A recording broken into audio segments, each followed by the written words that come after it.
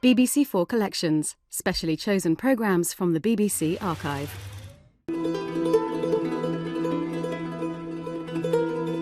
She is a siren and a temptress. Full lips, dark, melancholy eyes, pools to drown in, long, luxuriant tresses of hair, which she winds like her beauty around the hearts of her victims. She knows the secrets of the damned. She is as mysterious as the ocean is deep. The beautiful but dangerous woman, the Belle Dame sans merci, enthralled the 19th century imagination. But her enduring image was fixed forever by one man, the Pre-Raphaelite artist and poet Dante Gabriel Rossetti. In creating image after image of his perfect woman, he reinvented the ideal of female beauty for an entire generation. But the key to Rossetti lies in the compulsions that drove him. Behind the art was a man plagued by drugs and alcohol, by failed loves and mental depression, and almost paralysed by the fear of criticism. Convinced that he'd failed as a painter, but determined to achieve immortality as a poet, he actually dug his own wife's corpse out of this grave in Highgate Cemetery to retrieve a manuscript of verses which he'd buried with her in a fit of grief-stricken passion. With that act of grisly exhumation began the last act of his tragedy, a classic 19th century tale of love and death.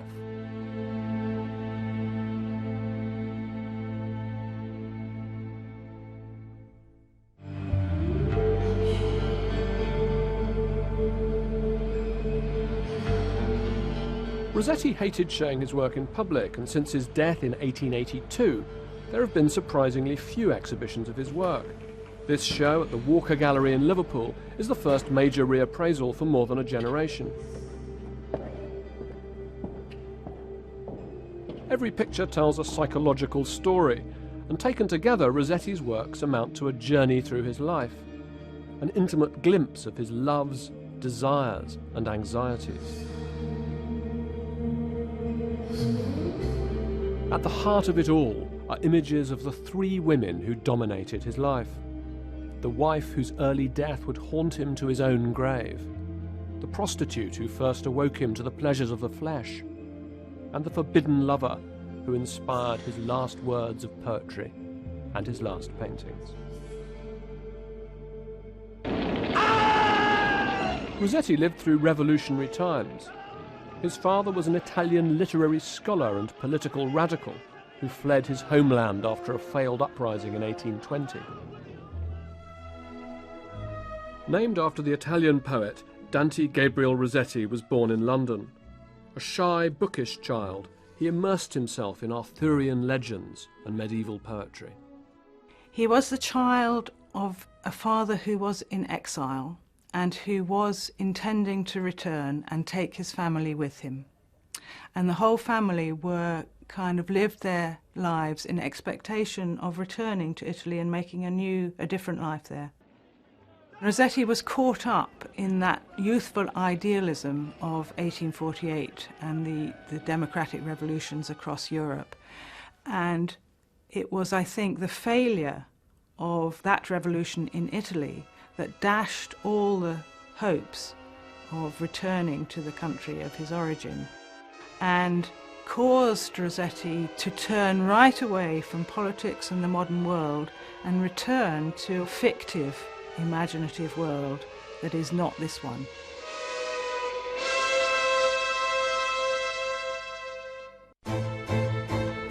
But to express his imagination in paint, Rossetti had to learn the rules. He went to the Royal Academy, but soon rebelled. The idea of a training that involved years of copying ancient statues filled him with horror. He joined forces with fellow students William Holman Hunt and John Everett Millais, who would go on with Rossetti to form a brotherhood, a Pre-Raphaelite brotherhood. Like Knights of the Round Table, they had their code of honour, which they wrote down in the form of a manifesto. Goal number 1, to have genuine ideas to express. Goal 2, to study nature attentively. Goal 3, to sympathise with what is heartfelt, serious and direct in previous art. And goal number 4, most indispensable of all to produce thoroughly good paintings and statues. Easier said than done. Their touchstone was art from before the time of Raphael. The clear lines of Florentine fresco painting, the jewel-like colours of early Flemish art.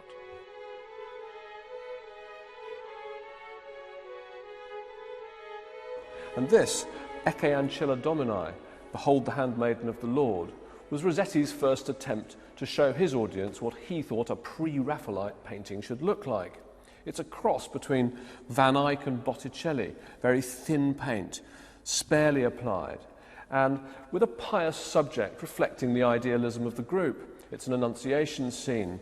Gabriel, in fact, Rossetti's brother, William, is arriving to announce to the Virgin Mary that she will indeed be the Mother of God, and he holds this symbolic lily stem, pointing it at her womb. The Virgin, the girl, she stares at this lily with a kind of mixture of fear and compulsion, almost a kind of terror.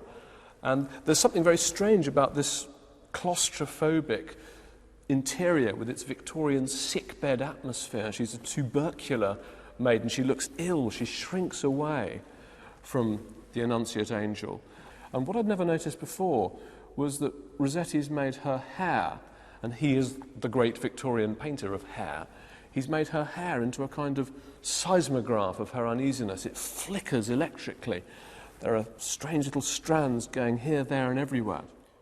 It seems to dramatise some kind of deep-seated uneasiness, some kind of fear, perhaps fear of the sexual act. In his poetry of the time, Rossetti was forever idealising women, but in his relationships with women at the time, he seems to have had great difficulty in actually expressing himself physically. So I think of it as the very first picture, if you like, in this career that is a psychodrama in art. But the critics didn't like pre-Raphaelite painting. Perhaps with Rossetti's childhood of the Virgin in mind, one writer ridiculed their reproductions of saints squeezed out perfectly flat. And Charles Dickens mockingly proposed a pre-Galileo society of those refusing to revolve around the sun. Rossetti took criticism badly, and at the age of 22 he gave up exhibiting. Yet while he was paralysed, all around him was changing. Britain was on a fast track to industrial revolution, its economy growing at a steam-propelled pace. Rossetti was happy to sell his work to rich industrialists, but was morally opposed to their world of factories and workhouses. In art, if not reality, he did battle with the forces of progress.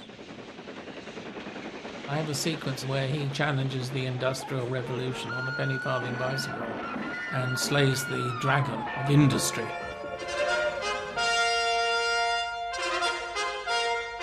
I think both he and the rest of the Brotherhood, they were certainly against industrialisation and mechanisation. Like many a sensitive Victorian, Rossetti turned away from the smoke and speeding change to a time that seemed more coloured by idealism, the Middle Ages. Certainly Rossetti seemed happier in his dream world. It was a dream world both he and the other pre-Raphaelite brethren were reconstructing. He returned repeatedly to a story from the poetry of his medieval namesake, the tale of Dante and Beatrice and their ideal love. And Rossetti found his own Beatrice in the artist's model Elizabeth Siddal, the woman whose face would haunt so many of his pictures and his life. Lizzie Siddal was a stunner, the pre-Raphaelite word for a beautiful woman, and she'd been spotted working in a hat shop. Flattered by their attention, she happily agreed to model for the Brotherhood, famously lying in a cold bath for Millet's Ophelia. This had done nothing for her already fragile health. But Lizzie became especially close to Rossetti, eventually sitting to no one else but him. He said later that when he first met her, he felt his destiny was defined. Lizzie would often visit Rossetti secretly at his new studio in Blackfriars, just north of the bridge. Living at Blackfriars, Rossetti found himself at the epicentre of a rapidly expanding city, Just north lay Smithfield Market, which supplied the growing population with meat. To the west lay the seat of government, the brand new Houses of Parliament, built in the latest neo-Gothic style, while to the east were the thriving docks of Victorian London, ferrying goods and passengers to and from the furthest flung parts of the globe. But Rossetti turned away from this world of change and progress and withdrew behind closed doors with his Lady Lizzie to draw and to paint.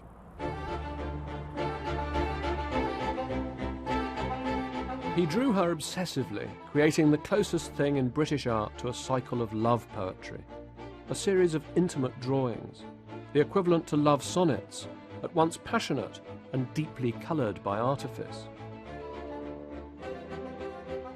Blackfriars Bridge was also the setting for Found, his only attempt to paint modern life.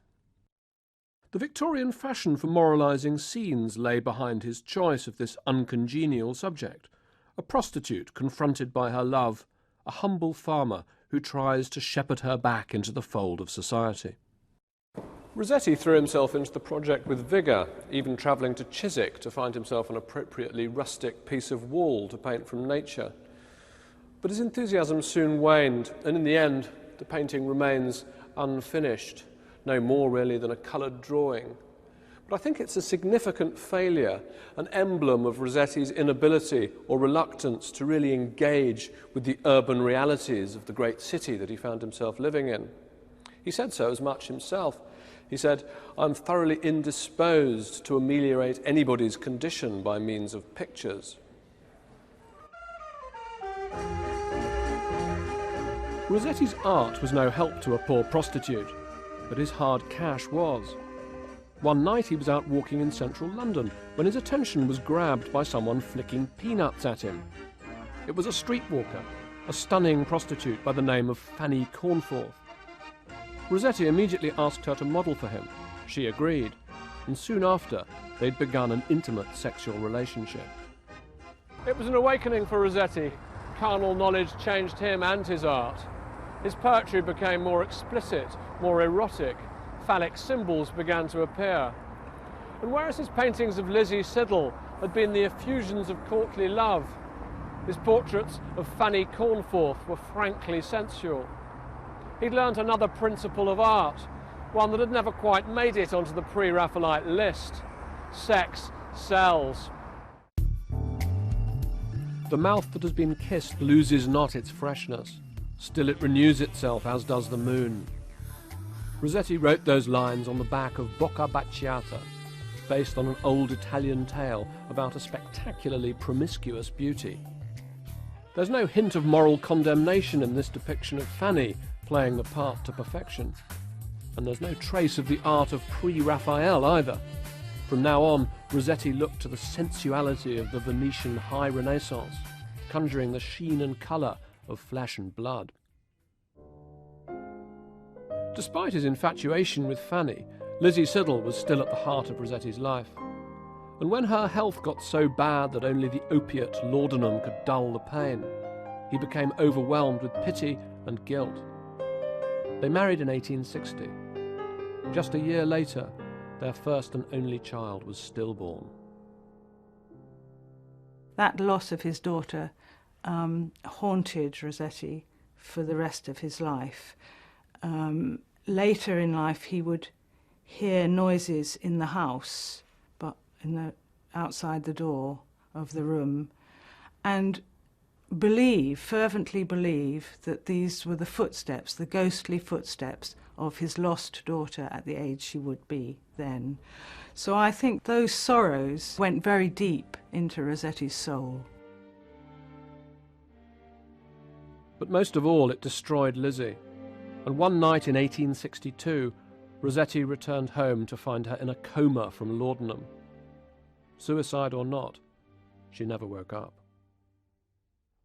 At her funeral, beneath her hair, the hair Rossetti had drawn so many times, he placed the manuscript of his poems, which he now felt were his finest works. It was a romantic gesture which he would come to regret.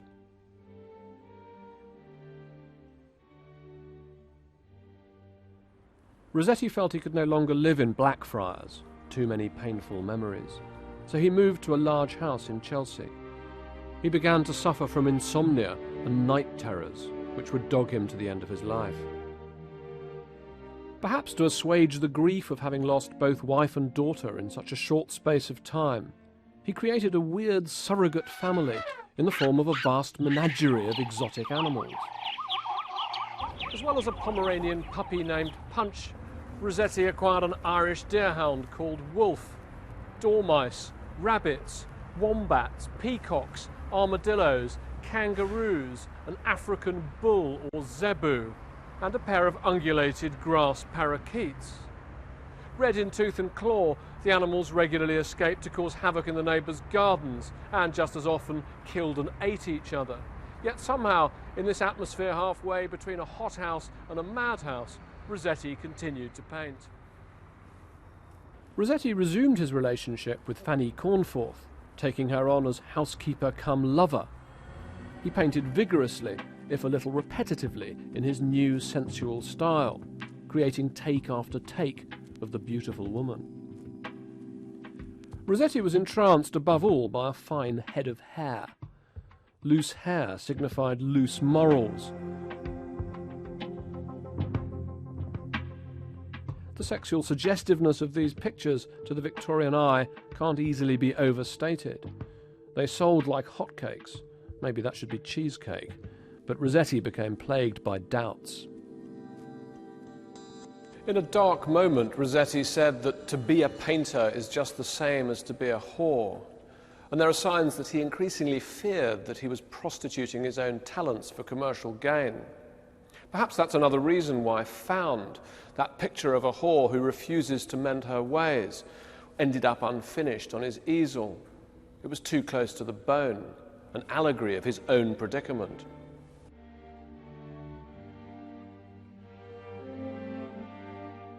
I think the picture that takes us closest to Rossetti's true feelings is Beata Beatrix, his solemn memorial to his wife, showing Lizzie as the poet Dante's Beatrice, being mystically transported from earth to heaven.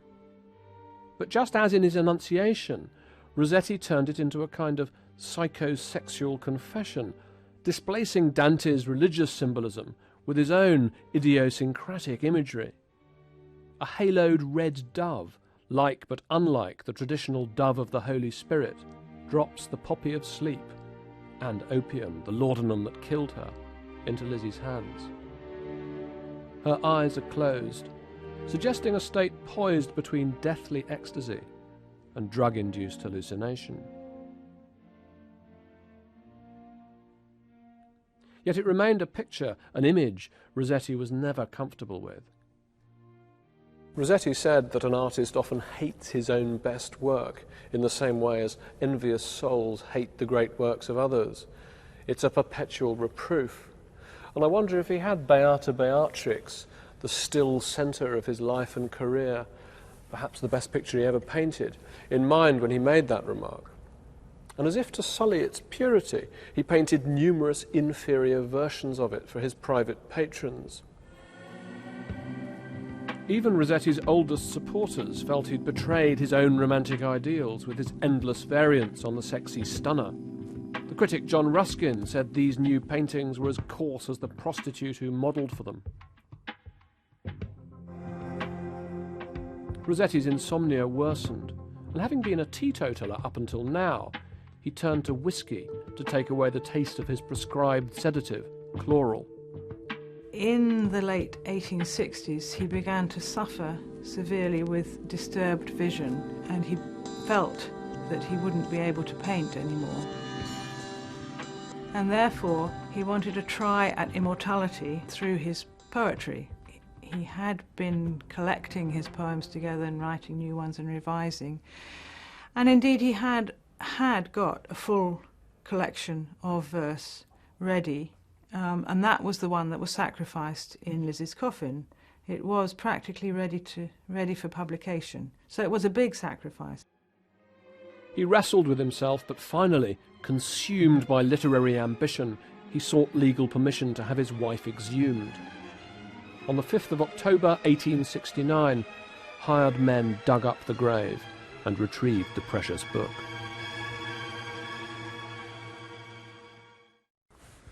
Once the manuscript had been exhumed from the coffin, it was scraped clean of putrefaction and placed in disinfectant for 2 weeks before being handed to Rossetti, who got on with the job of transcribing the verses.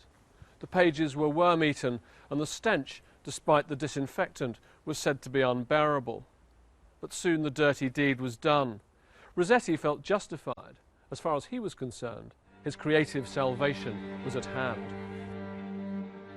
Spurred on by the retrieval of his poems, Rossetti wrote a mass of new verse in his quest for fame, some of it daringly erotic, inspired by the new woman in his life, Janie Morris, wife of his best friend, the artist William Morris. Rossetti's love life, as ever, was complicated. He really couldn't get the muse and the stunner together in his erotic life. He couldn't get his sexual life together at all. But what it did do is, I think, to enable him to understand desire. It enabled him to experience the erotic in a way, I think, that very few people of his generation really did. And it seems to me that what's important about him is that capacity to open up erotic experience seriously, not just express some kind of tumultuous feeling. This hour be her sweet body all my song. Now the same heartbeat blends her gaze with mine. One parted fire, love's silent countersign. Her arms lie wide open, throbbing with their throng of confluent pulses, bare and fair and strong. And her deep-freighted lips expect me now, amidst the clustering hair that shrines her brow, 5 kisses broad, her neck 10 kisses long. Rossetti was writing about a century which was opening itself up to the erotic, to sexuality, to, concurrently with that, to commodity culture, where the primacy of tasting, of touching, of feeling things surfaces, was acutely important. He was a poet writing for a new modern identity. Rossetti hoped that his poems, published in 1870, would make his name live forever. But the critics, James Buchanan in particular, were not impressed. There was no soul in this verse, said Buchanan, only body. And what an ugly body it was. Females who bite, scratch, scream, bubble, munch, sweat, writhe, wriggle, twist, foam, and in a general way slaver over their lovers. There was worse to come. He insinuated that this impure art and poetry had its wellsprings in an impure life, that Rossetti was an adulterer, a libertine. The critic's shiver of disgust was almost palpable. And as for Rossetti, he was devastated. Not only had Buchanan destroyed his good name, but he'd given voice to Rossetti's own worst fear about himself, that his spiritual, idealistic side was just a mask, a sham, and that he was nothing but a grubby little sensualist. Rossetti expressed this himself in an extraordinary poem, Lost Days, in which he's confronted by all the former selves that he once was and whom he's buried for gain. I am thyself. What hast thou done to me? Each one says to him, pledging to haunt him for all eternity. Rossetti fell into paranoia and hallucinations. The nightmare of his poem became reality. It was too much, and one night Rossetti took an overdose of laudanum.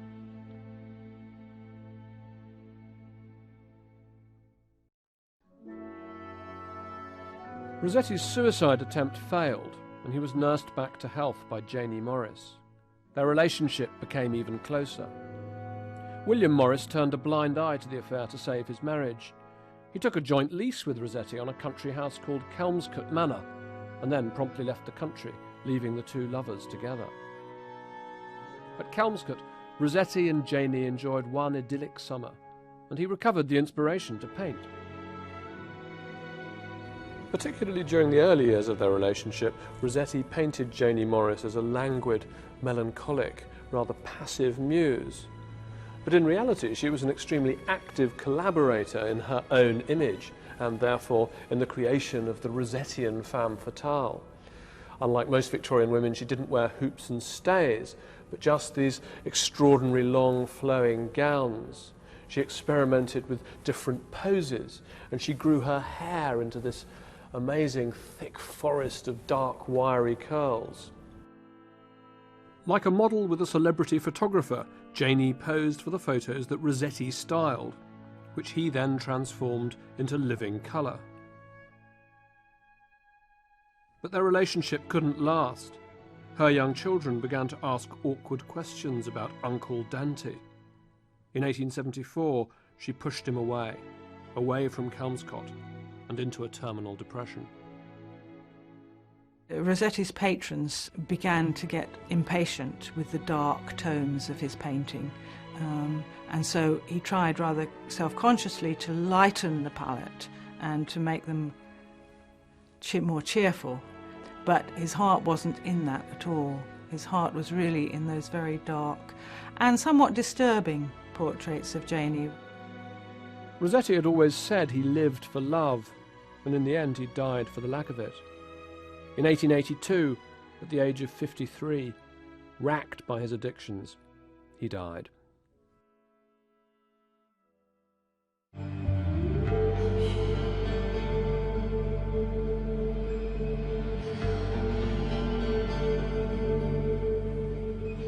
Rossetti can easily come across as a terminally nostalgic artist, a painter mired in a fantasy vision of the past, a typical British cul-de-sac, an artist going nowhere. Rossetti doesn't give us perhaps what we think late 19th century art, great late 19th century art should give us. He doesn't give us the transient glimpse of urban experience. He doesn't give us what Degas or Manet or Monet give us. He does give us something else, something very interesting, a kind of glimpse of psychological reality, much disguised, veiled as allegory. But he paints a certain kind of uneasiness. He struggles with his own relationships, his aspirations, his dreams, his desires, and he finds a way of compressing them into these strange, rich, dreamy pictures. I think his work inaugurates a whole strain of modern art in which painters would attempt to merge their own personal experience with the archetypal forms of myth. And the most famous exponent of that strain or form of modernism was Picasso. And interestingly enough, Picasso actually owned up to being influenced by the languorous dreams of the Pre-Raphaelites and of Rossetti when he embarked on his early work. So although Rossetti was fixated on the past, he was also a prophet of the future. No one had ever painted their own psychic autobiography in this strange, sexy, haunting way. Without knowing it, Rossetti had opened a whole new world of possibilities for modern painting.